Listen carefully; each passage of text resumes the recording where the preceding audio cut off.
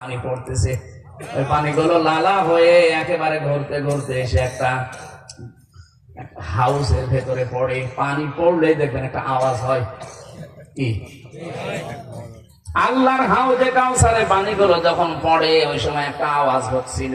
ওইটা শুনে নবীজি বলেছিলেন, আল্লাহ দেখতে তো অনেক সুন্দর লাগে, ফজিলত কি?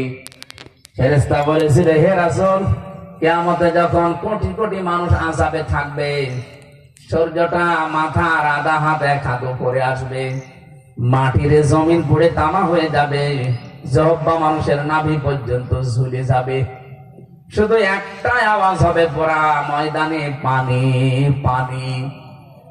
ওই ময়দানে যদি এই হাউজে কাউসারের এক গ্লাস পানি কেউ খেতে পারে, জান্নাতে যাওয়ার আগ পর্যন্ত তার পিপাসা লাগবে না। সুবহানাল্লাহ। নবীজি ওই সময় বলেছিলেন, ভাই জিবরাইল, এটা পাবে কারা?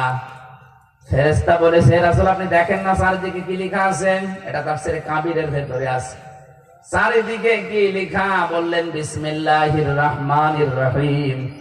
হ্যাঁ, এইটা যারা দুনিয়ায় আমল করতে পারবে, দুনিয়ার সব কাজ করার আগে যাদের বিসমিল্লাহ থাকবে, আল্লাহ তাদেরকে এই পানি দান করবেন।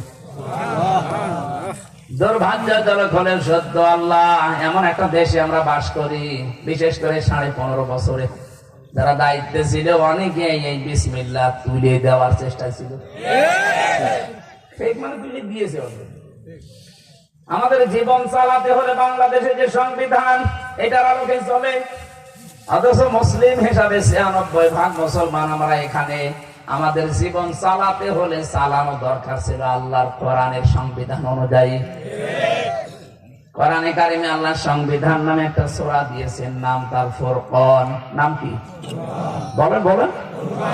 ফুরকানে 77টা আয়াত আছে। তাফসীর আমি যতগুলো মিলিয়ে পড়েছি, এই 77টা আয়াতের 73টা আয়াত হচ্ছে ধারা। ধারা দিয়েছেন, সংবিধানে ধারা নেই।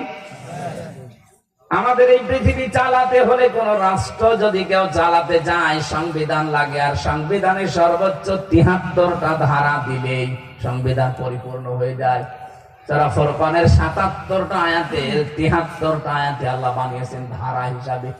এগুলো যদি ব্যক্তি শুরু করে আন্তর্জাতিক জীবন পর্যন্ত অ্যাপ্লাই করতে পারে, ওই দেশ হয়ে যাবে মিনি জান্নাত। সুবহানাল্লাহ বলে।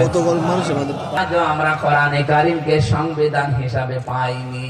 চলছে সংস্কার, চলছে সংবিধান।